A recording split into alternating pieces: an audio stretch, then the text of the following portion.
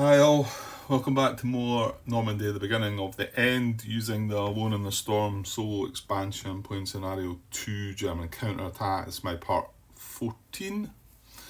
So the next again day after 13 where we left things again without right in the middle of things, but I was just running out of time and it seemed better just to cut it as a part, which is, yeah. So I looked through the rest of my counters, and yes, indeed, the ones that were missing were indeed set aside, ready to be clipped, still ready to be waiting to be clipped. The corners, and they were and beside that set of stuff. So I found everything I need. However, I did notice the glitch. I think I spoke about. Yeah, I spoke about this one being a bit of an error here.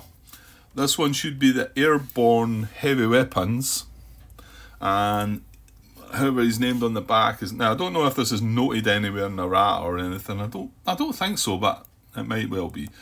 Motorised heavy weapons officer. So that shouldn't say that. It should say.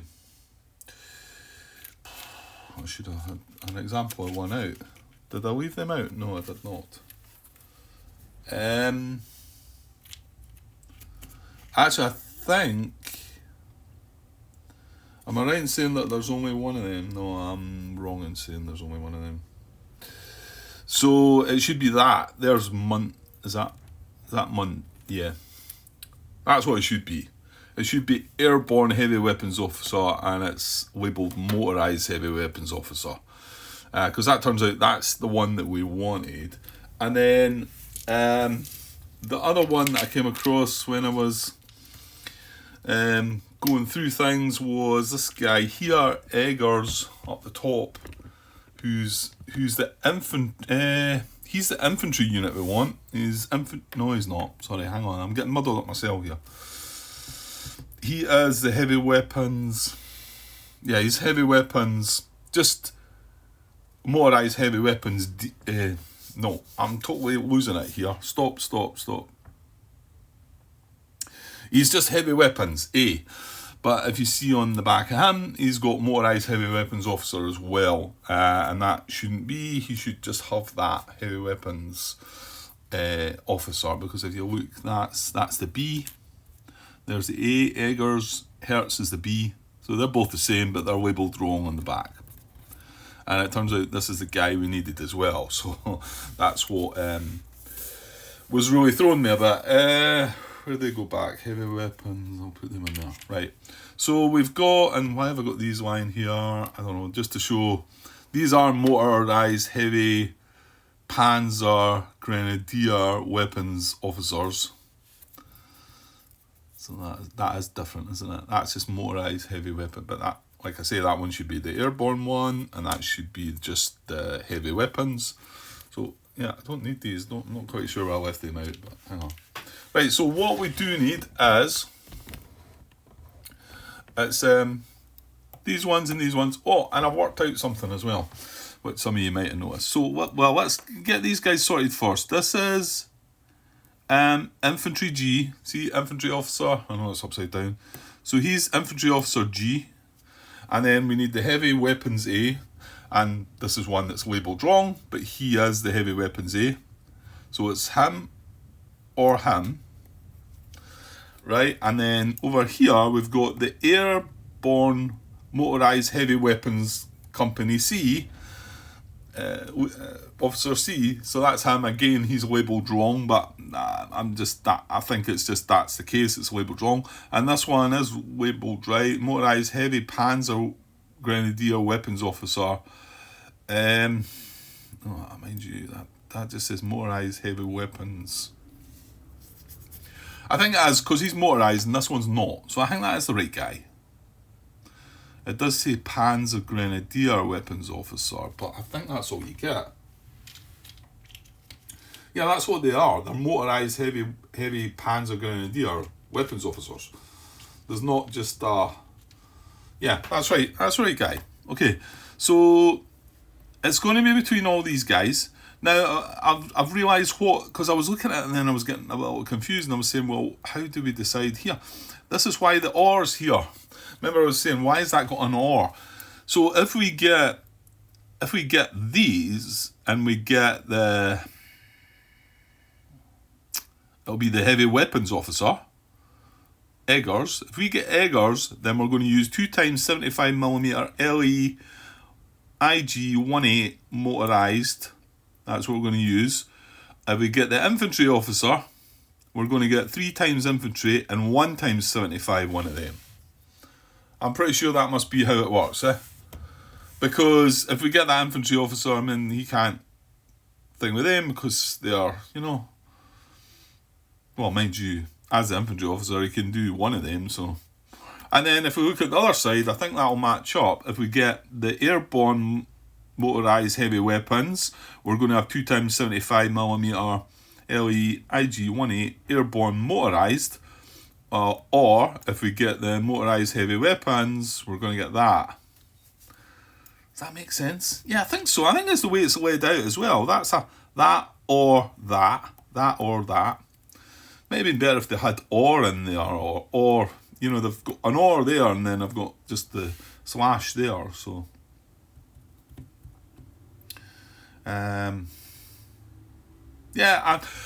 look, that's my take on it. Right, let's just go with that and use that. So these 4 are going in the cup, and I'm going to draw one of them, and that's going to decide what we get. Right, so let's just do that. Right, so we've got them in the cup. Shuffle about. There's only 4 counters, but I can't see. So we're getting this guy. Eggers. He's just the infantry one, wasn't he? No, he's not. He's A, so it must be the heavy weapons. I know he's labelled wrong, isn't he? Yeah, so it's just the heavy weapons A.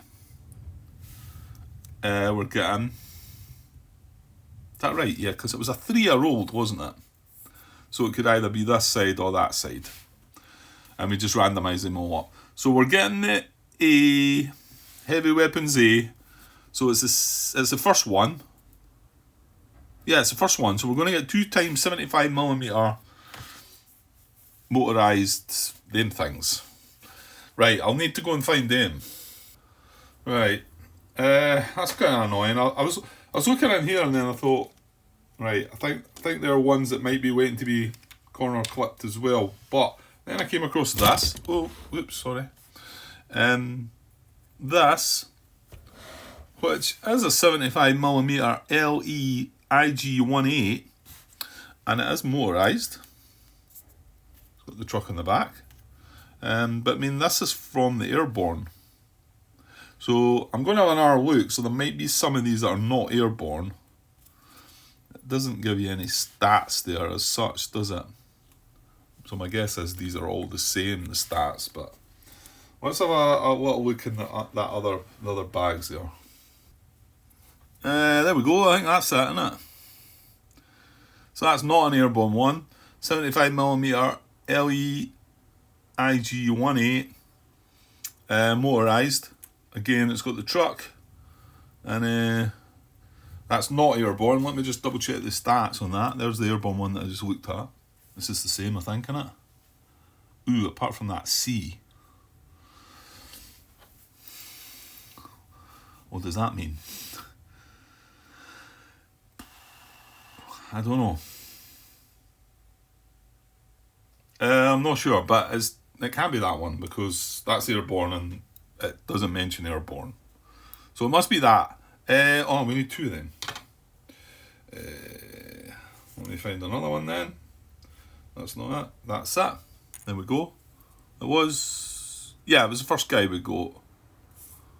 Heavy weapons. So it's just the 2. It's just the 2 of them. Yeah. That's it. Right. I need to clip their corners though. There we go. That's better.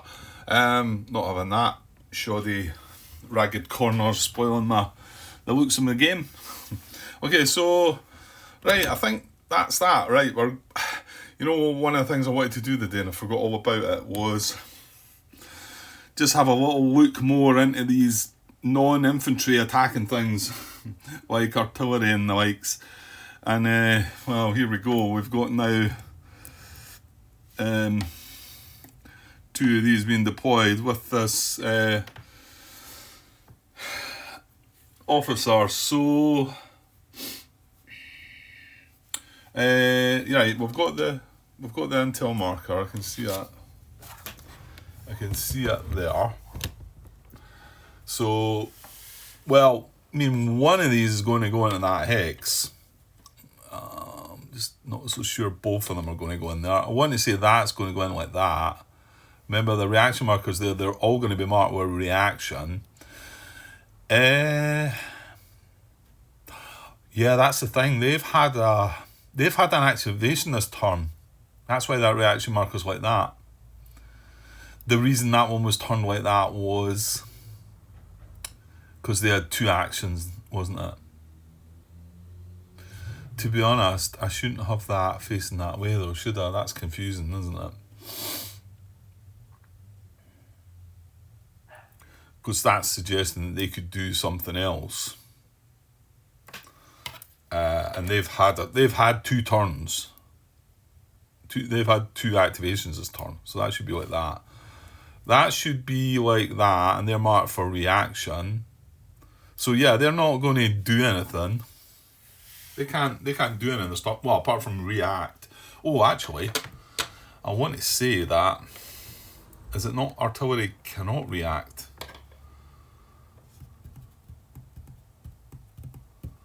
That's interesting then. Right, hang on. Replacement procedure. We're deploying them here. So the number of platoons deployed in each hex depends on their type. AFV deploy each platoon as separate troops. Deploy them. Heavy weapons platoons deploy them in groups of 2 counters. Okay. That is classed as heavy weapons, isn't it? I think so. Yeah, it's the first thing that shows here is heavy weapons platoons. Or machine guns. Well, machine guns are classed as heavy weapons, but they're the slight difference because they kind of like just act more like infantry. You got mortars, artillery, anti-tank guns, infantry guns, anti-aircraft guns. I'm not quite sure what these are, what this is. I'm sure some of you'll know that the type this is. It's a 75mm. I mean, like it looks like artillery to me, so I would be calling that artillery, I think. But it might not be because it's got the white numbers anti-tank fire. The orange, when I say the orange, I mean the box. It's white box with the black 4 is anti-tank fire.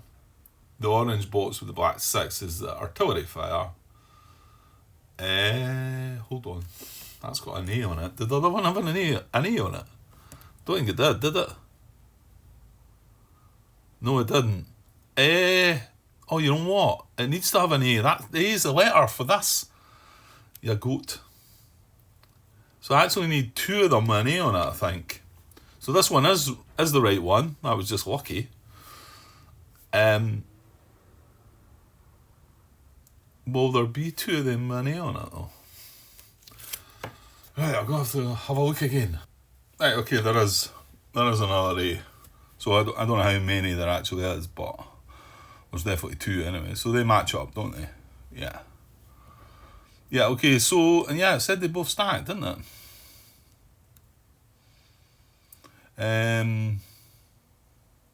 Now, yeah, I don't think these can be marked for reaction. Well, hold on, Grant, it just says, does it not just say artillery fire can't? Well, hang on, heavy weapons platoons, deploy them in groups of 2 counters.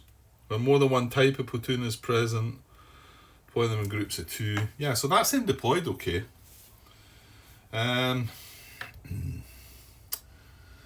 Reaction for these.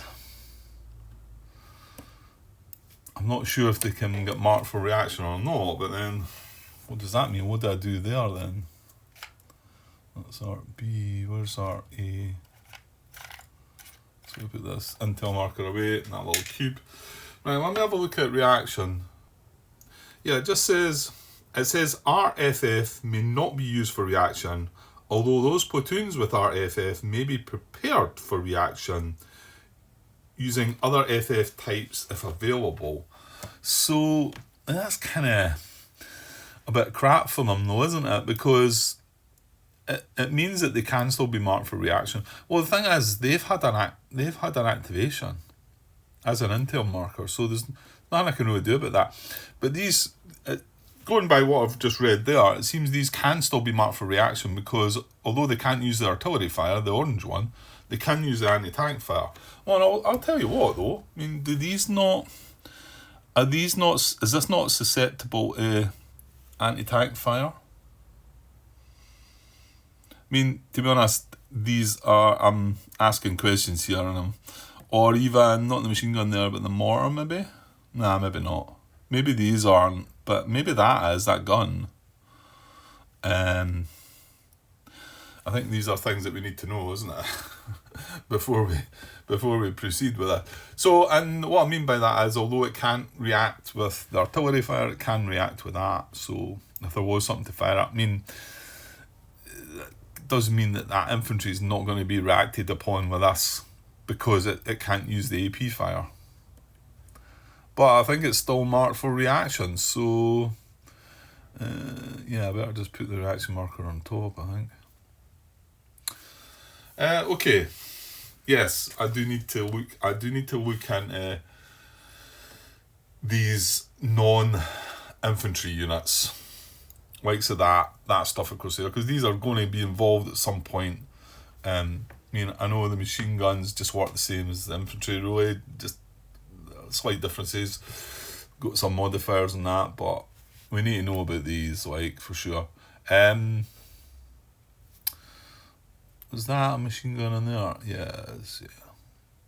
Okay, so now where was I then? Was this me?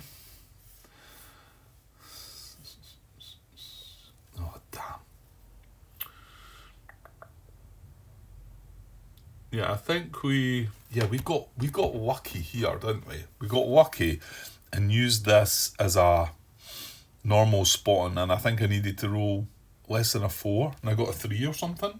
Is that right? It's 5 to 6 hexes away. Is that right? 1, 2, 3, 4, 5 hexes away.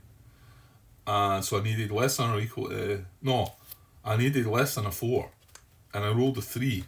So that was able to spot that. Then we used this guy down the bottom. Yeah, because we used him as a recon mission to identify this. And then he got ambushed. So an ambush event triggered. He got hit. However, we did then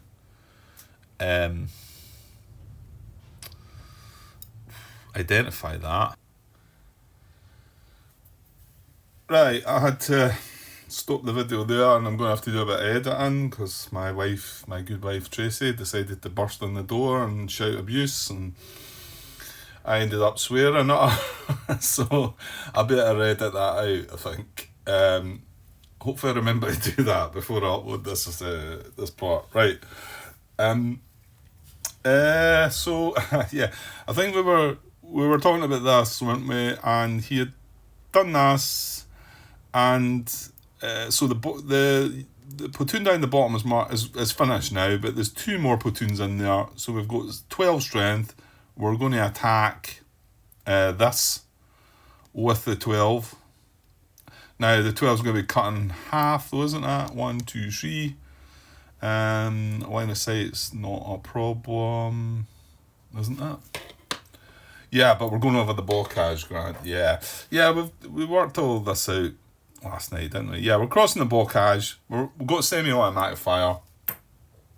We've only got 6. Now stop. Yeah, no, it's a platoon down the bottom that took the hit.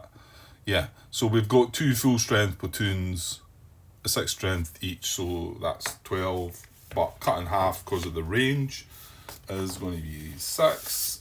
Automatic weapons. Now, hold on.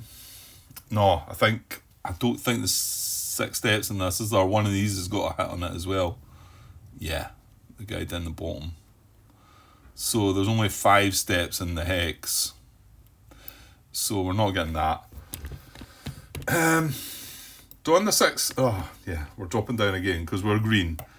Did I take that into account? I think so. Did I not work out that I needed a 3?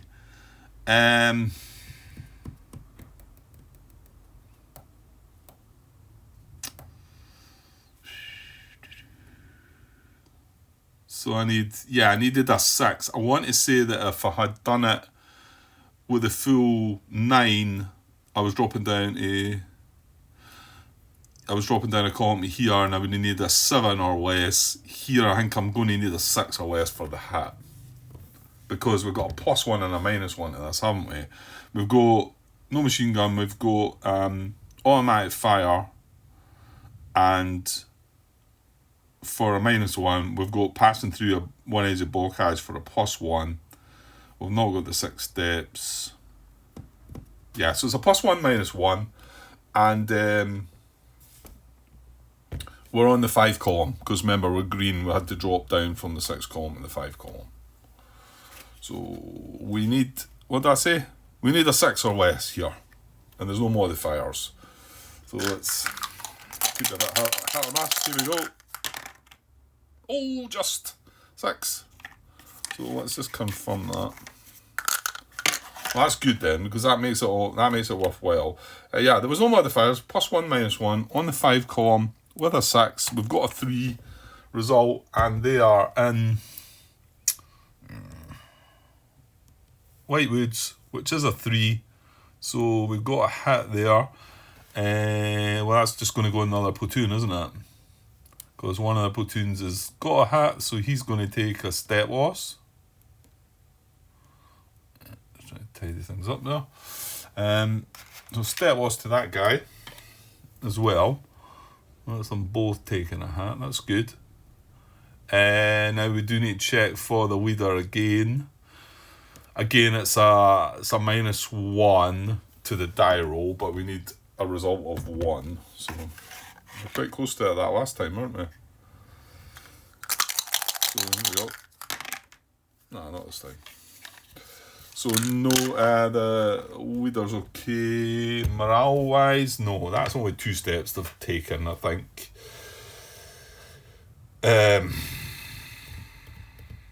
Yeah, it needs to be, how many platoons is there? 1, 2, 3, 4. Yeah, it needs to be greater than 4, I think, before they start taking morale die rolls, isn't it? Something like that, I think. Okay, so that's him marked finished. So done all right. This identified this and got a step loss at least. So that's that stack. So that company marked finished. So can we do? Yeah, I'm on 23 minutes. I think she's spoilt most of my time there. So have I got time to? Thing is, I can't cut this as a part. Let me just double check the time. No, sadly, if she hadn't come up and pestered me, I would have been able to get that part finished. But I've not really got the time, to be honest.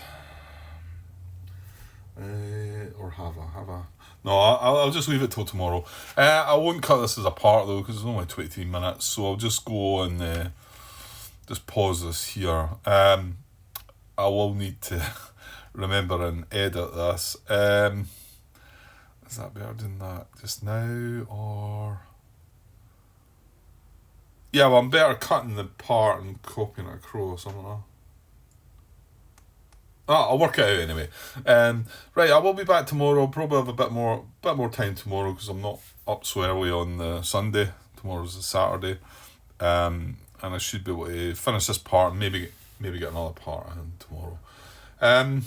It's still going, yeah. Things are still going along, ticking along. I don't know how accurate. Oh! Stop! And I meant to check this before I started. Hal brought up a very good point, and I'm sure I haven't watched back in the video yet. So I might as well just chuck this in here.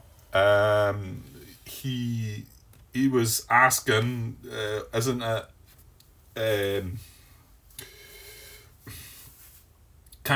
Intel markers can't move through other Intel markers, right? he's right about this, because in fact intel markers can't move through any platoons, full stop, because an intel marker is considered to have 9 steps, and in this game stacking limits apply at that time. They don't. It's not. I don't really like that rule. I don't really like how it is. I mean, it means that nothing can sort of cross through this. I mean, maybe it's realistic. Maybe it's meant to be. Now, the one time this did come up was when we were moving the AI's platoons. They were meant to move as a group, but they ended up moving through another couple of platoons. And I thought, well, I'm going to move them individually rather than move them together. Now, I think that's probably breaking the rules as well, but it just felt like it wasn't right. Why not move them individually so that they're allowed to cross through the hex that's going to be completely, fully stacked rather than overstacked? Because if they're overstacked, it's illegal. They can't do that, and blah blah blah. So Hal picked up on me apparently crossing an intel marker through another intel marker. He said, I haven't watched back in the video again. He's not got a timestamp to it, so I'd need to glance through the video. I'm not saying that I didn't do that though, because it's quite possible I did. I think it's one of the rules that if you'd asked me, would I forget about, I would probably say, yeah, I'm going to forget that. I know he's right. You can't do that by the rules. It kind of annoys me that rule is there, but it's quite possibly there for a reason, And the intel markers are considered to have 9 steps. It does say that in the rule book. I went and double checked, looked that up. I knew he was right when I read it, but I knew. There you go, stacking. Well, that was handy.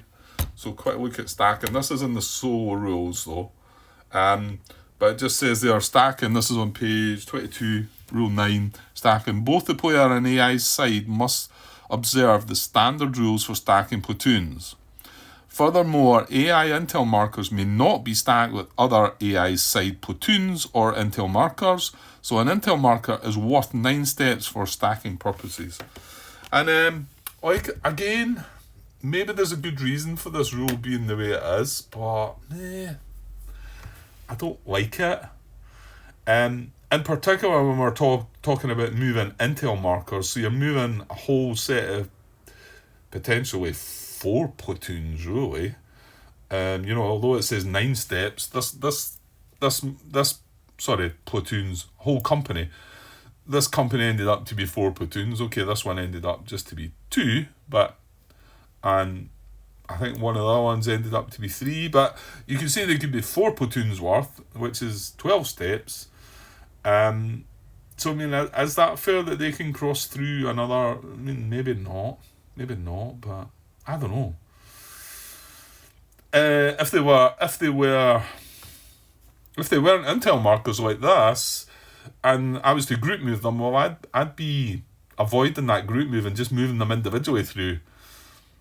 Because I've done that before, but maybe that is totally breaking the rules and what it says, because it does say that when you move, I think it'll say somewhere about the AI, if you move 2 platoons together that are stacked together, they move as a group, which means they cannot move.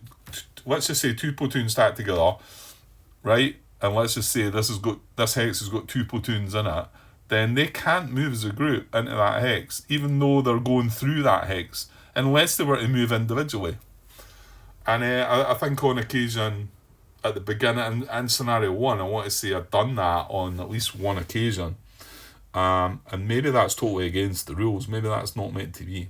But yeah, certainly if I've moved an intel marker through an intel marker, then that's not right. So, he's right with that.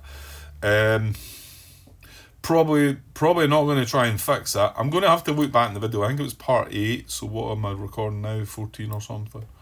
So it was a good bit away, and I've got 9, 10, 11 and 12 and 13 already recorded, haven't I? So it's unlikely I'm going to be able to fix it, but I'll watch it in future. So thanks for bringing it up, pal. Right, I'll cut that. We're at 30 minutes. I'll cut that and come back tomorrow and finish this part. Okay, cheers. Hi all. Right, this will be just a continuation of part 14, I think it is, from yesterday. I think we're about half an hour in, so see if I can chuck another half hour in here and hopefully get another part in before finishing today. I was just double checking back on the first half of this, and I'm still going to have to go and edit the video slightly, so there'll be a couple of minutes coming out of the video, to be honest, but I think it'll be a clean enough cut I can make. As we had just finished, so it is the AI's turn. They were able to, one of the platoons identified this, and of course this is the one that ended up with the 2 heavy weapons, guns, which again, well, that brings up, well, actually, hang on. No, that's nothing to do with them, is it? It's just the intel markers itself. So this might, John Brown's brought something to my attention that I had noticed a little bit a while ago when we first looked at this, and I hadn't followed it up, and I think my intention was to go and look more into it, and I didn't. So is there a possibility that we may have blundered past this? I'm not so sure. I think I'm maybe going to get away with this. But it's anyway. I'll come at that in a minute. There's two or three quick comments. John made 2 comments, and Hal's just made a comment there just before. Well, I was replying to John. So the first one by John. Now I'm not 100% clear on his comment. It's from part 4 of the second scenario, of this scenario, so it's a wee bit further back. I know John usually gets caught up with other things, family takes over and things like that, and well, yeah, I mean, priorities. So he's generally a bit behind watching back my videos, but the fact he's not got the game and he's still got time to watch them back in the first place, anyway, it's great, appreciate it. So so he it was on part 4, and I'm pretty sure the bit we were looking at was, in fact, it was this German unit there attacking this here, and it was regarding line of sight, and this crosses this Bocage hex side. However, it does, to get line of sight between the 2 hexes, you have to cross this Bocage hex side here. Right, so I mean, my take has always been with us, with the Bocage, that as long as there was one platoon adjacent to the Bocage, it didn't matter about the other platoon. But the way I'm picking John up here is, I've got to feel like he must be getting this wrong. However, when you read it in the rules, you could maybe, it could be maybe one of the ones that you could read wrong, which I'm prone to do, to be honest. And I think, to be honest, I'm not 100% sure if this is what you were meaning though, John. I think it is though. So, I've replied to him with this comment, and it'll be in the. I'm not going to read all his comment out because it's a bit. He talks about this example here, and I was away looking for the map. I was thinking, right, it's on map D, and I was like, where's map D? It's the actual map we're playing on right now.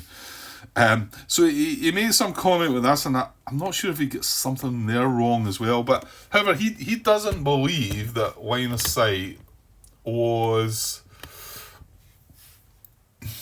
clear between this and this, because this German unit wasn't adjacent to Bocage. When he first said it, I thought, is that what it means in the rules? But I don't think so. And again, am I picking John up right here? Not 100% sure. The American platoons are adjacent to this Bocage. German platoons are not adjacent to any Bocage. They are. I think not. I think what he's saying is they would need to be adjacent to this Bocage hex side to see. That's not how I was reading it. Because the thing is, they could see, I know if you look at examples, in fact, we'll come to an example in the book which shows line of sight where there's one bocage hex side here and there's one bocage hex side here, and these can see each other. So why, if there wasn't a bocage there, why does that then not make line of sight clear? So he's either getting it wrong or I'm misinterpreting what he's saying. Anyway, the rules, this is in the exclusive rule book, this. And it says here, and yes, I could see where you could maybe read this and think it was one platoon adjacent to each bocage hex side, but it says sorry, you need to read this bit first. It says, as it has been described, bocage limits visibility. This means that basically bocage hex sides block line of sight, but there is clear line of sight in the following specific cases. Line of sight crossing one bocage hex side when at least one platoon is adjacent to the bocage hex side. Now, my take on that was one platoon at any German or American here. It didn't have to be. They don't both have to be adjacent to the hex side. It's just one platoon adjacent. And then, of course, this is the other example that, well, I'll show in a minute, because that involves Hal's question as well, or Hal's comment, should I say. Line of sight crossing two bocage hex sides when both platoons are adjacent to these two bocage hex sides. So that's like the one that I've just said, that the exception, that would be clear as well. So if this has bocage round it and this had bocage round it, they can see each other because they're both adjacent. But to me, this one having bocage round it, being able to see him, and remember, if he can see him, he can see him in that case. So yeah, I'm not sure. Maybe John's either got that wrong or I'm not picking him up right there. But anyway, I've replied to him, so we'll see what we get from that. I think that's right. I think these have a clear line of sight. But of course, I could be picking them up wrong. Now, the other one, well, no, let's just keep with the bocage. Hal just made the comment that he thinks that, yeah, well, let's look at, let's just give a quick example here. Yeah, that'll do there. There's a medium activity level there and a low activity level there, right? And they're fighting against each other. And this is just going back to this example. These have line of sight, because it says they are line of sight crossing two bocage hex sides when both platoons are adjacent to these two bocage hex sides. So he's adjacent to this, he's adjacent to this. You can see if he's in there, there's no line of sight, you know? Or if he's in there, there's no line of sight. That's how I'm seeing it anyway.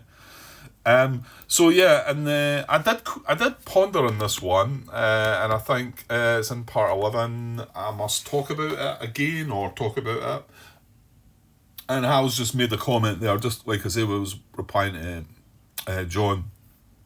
So it wasn't that long ago, that he believes that it should be a +1 for both bocage hex sides. Now, I did wonder on that, because it talks about it there. It says, with line of sight crossing a bocage hex side has a, sorry, won't read it fully. Furthermore, the dice roll for any AP fire attack with line of sight crossing a bocage hex side has a +1 modifier. I suppose technically you could maybe read into that and saying it's crossing a bocage hex side, it's a +1 modifier. So it's, oh, sorry, up there. So this is firing at this, crossing this bocage hex side, it gets a +1 modifier. It's crossing this bocage hex side, it gets another +1 modifier. Not quite clear in the rules, and even in the combat chart, the wording in the combat chart is, and I think this is the bit that I kind of like, and again, maybe translation here says shoot mean, that must mean shot, right? So shot passes through one edge of bocage and it's only AP +1. So again, you could read that rule, and my guess is this is how Hal's reading it. And don't get me wrong, I considered it, that it's shooting past one edge of bocage, there's a +1 modifier. It's shooting one edge of bocage, a +1 modifier. I mean, I think it could be clear in the rules. So with his comment, I thought I'm going to have a little look and There wasn't really anything on BGG, and then I came across this example here in the rulebook. This is on page 13, and this is an example of this firing at this, right? Without going into too much, you can see that it's firing at that. It's crossing this bocage hex side, and this one's adjacent to this. So in this example, this clearly must mean that these are in line of sight, going back to John's. Although he wasn't really talking about each being adjacent to a bocage hex side, but it's clear that these are in line of sight with each other, because this is example, this is firing on this.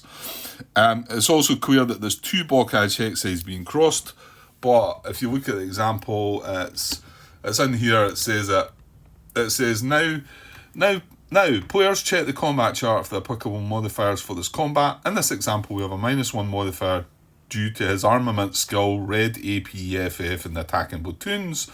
Right, that's not relevant, it's the next bit. And +1 because the attack is performed crossing a bocage hex side. So the final dice modifier is 0. So they get a -1 and they're only getting a +1. And it's crossing two bocage hex sides there, you can see. So it must only mean that it is one per, it's not one per hex side.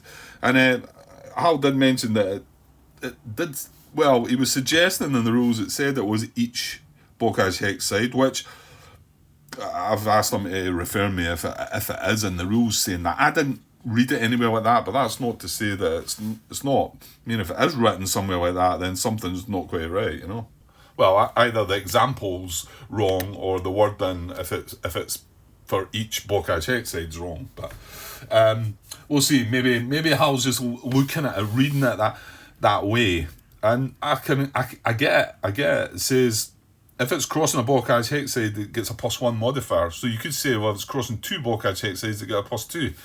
And yeah, I think I talked about that. I did wonder. I think I came to the decision that, I think it means just one, and going by that example seems to be right. The other one was the thing that I didn't sort of follow up on, and this was again from part 4.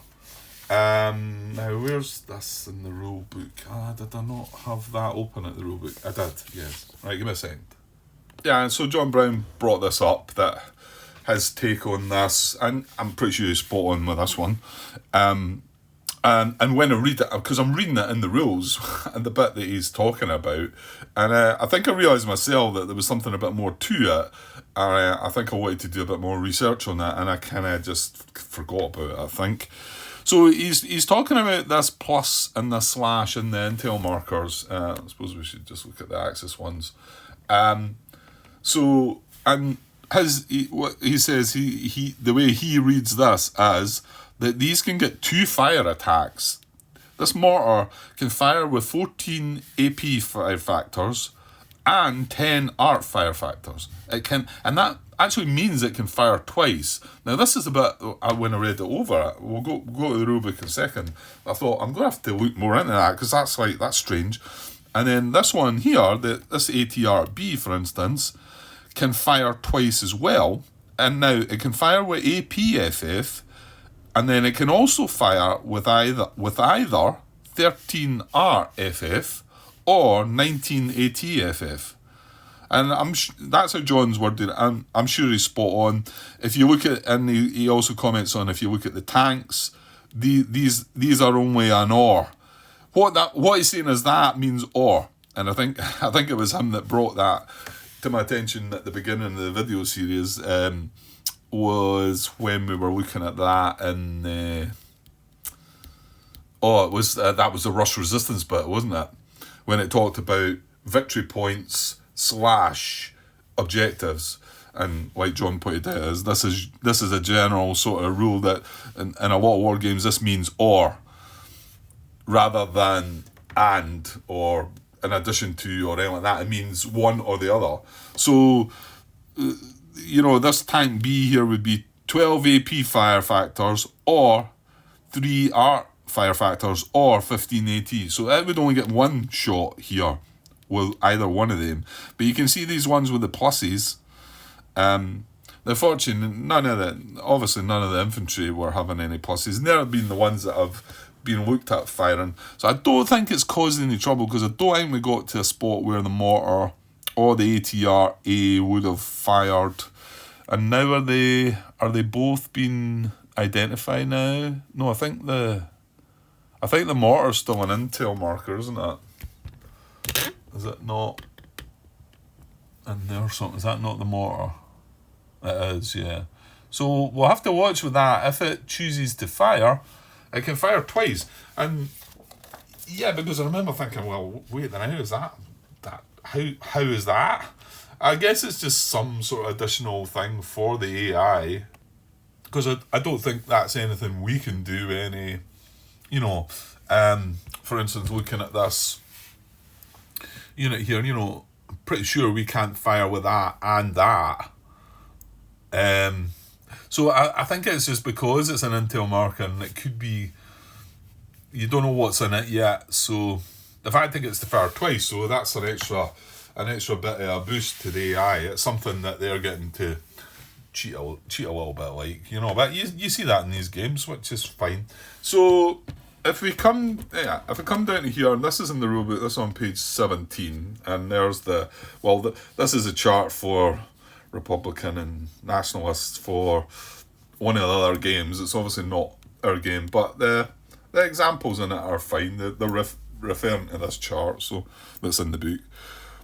So just quickly look at this 8.2 attack. Just like it happens with the movement type and movement points, intel markers do not show any information about their FF or range, because they depend on the Warstorm series game played and the side managed by the AI. The attack skills for each intel marker are included on the intel markers detailed chart game, which is 3.8 chart for each game in the series. And that the one that we are using as for the Normandy, and that's the detailed chart. Intel markers detailed chart, right? So this one that's in the books for a different game in the series. I can't remember which one, but it might tell us up here. So, as seen on these charts, some intel markers can perform 2 attacks when they are activated, right? So it's saying there they can perform, and I remember reading this, and I think this is the bit that John comments on when I'm in part 4, and I just didn't follow it up. When they're activated, it says mainly mortar and ATR intel markers. This is indicated by means of a plus symbol placed between the types of fire in the chart. So e.g., according to the chart above, it's the one just down below here, a Republican ATRA intel marker may perform an AP attack with 14 fire factors and an ART attack with 9 fire factors, or an AP attack with 14 fire factors and an AT attack with 4 fire factors. So just exactly what I've said there, and what John has highlighted to me, that a Republican ATR, was it A? Yeah. It says it can form a 14 AP fire factor attack and a 9 ART fire factors, or an AP of 14 and a 4 AT. So it gets to fire these twice. If it's got the B plus symbol. This rule exists to simulate that a company of that type would generally include infantry platoons with APFF, as well as mortars or heavy weapons platoons with ART and ATFF. I suppose that makes it fair, doesn't it? I'm saying they're getting too cheap, but if you think about it, while they're an intel marker like this, if they're to fire at the moment, then if they were, if they were identified and they were a company, they would have infantry, they might have infantry units and mortar units. So if they were to fire as a company, they would fire both, wouldn't they? So it's actually not, they're not getting to cheat, it's kind of balancing it out a bit, really, isn't it? So, yeah, so there you go. So we'll need to watch with that. So it carries on there, I suppose. Once activated, an intel marker with an attack orders marker will perform 1 or 2 attacks according to that AI forces detailed chart, which we were just looking at. Following standard attack rules for 2-player games and the attack rules for the AI side, chapter 12. And there's the bit that if an intel marker attacks, you put a modifier on it, and that's just to make sure that if you flip it and it's got it might have an event that doesn't make sense to what it's just done. You know, if it's just hit something and you flip it and it's a dummy, then that doesn't make sense. So the modifiers are just to stop that from happening, stop the event from triggering. It must be that a dummy can't, with a +3 modifier, dummy event's not going to trigger. It must be to cover that. Any intel marker or risky action. Yeah, so thanks for bringing that one to attention as well, though, John, because I had forgot about that. And I did, I wasn't sure about it, to be honest, but it seems reasonably clear there. Okay, right, let's go on with the game. That's 20 minutes. And, I was forgetting this is the second half of the video. Right, can we activate... Or should I just cut it apart? This is another part going by. Yeah, because it might be... I maybe do want to start afresh here with a new part and moving it to this next AI activation. Yeah, let's just wimp out and do that then. So... be another video with not enough a lot going on. To be honest, there's not enough a lot of them with anything much going on. It's really dragging its heels now, isn't it? But I tell you what, I'm still here and okay with it. You know, I'm not. Although I'm getting frustrated with things, and there's some things that are still not clear to me, and I'm just pushing on through them and what. It's still hanging on in there, I think, you know. I want it to work. So I really wish that I could get I'll take these away. I could get a bit of support from the designers of the game and whatever. You know, it is a lot to ask. You know, it'd be nice for them to watch some of my video footage, but I know that's a tough sort of ask, and it's not. I'm not putting these videos out there hoping that people are going to watch them and all that. But the reason I'm talking about that is that they would have some input and be able to help a bit. You know, I mean, I don't really generally. I'm not caring. I'm not looking for like thousands of views on the videos. It's not. That doesn't bother me. You know, these are just for people that are really, really interested in the game, I think. You know, and can cope with the way I do things, which is also a big ask for sure. Right, I think I had 30 minutes. I do need to go and edit a little bit, so it'll probably take a couple of minutes off that. So it's still about 50 minutes, and rather than just start the AI, well, you know what I'll do actually? I think I'll just stop and restart here, and I'll not bother going copying this across. Because I'm ready to go really. So I'll be back with part 15 very shortly. Okay, cheers.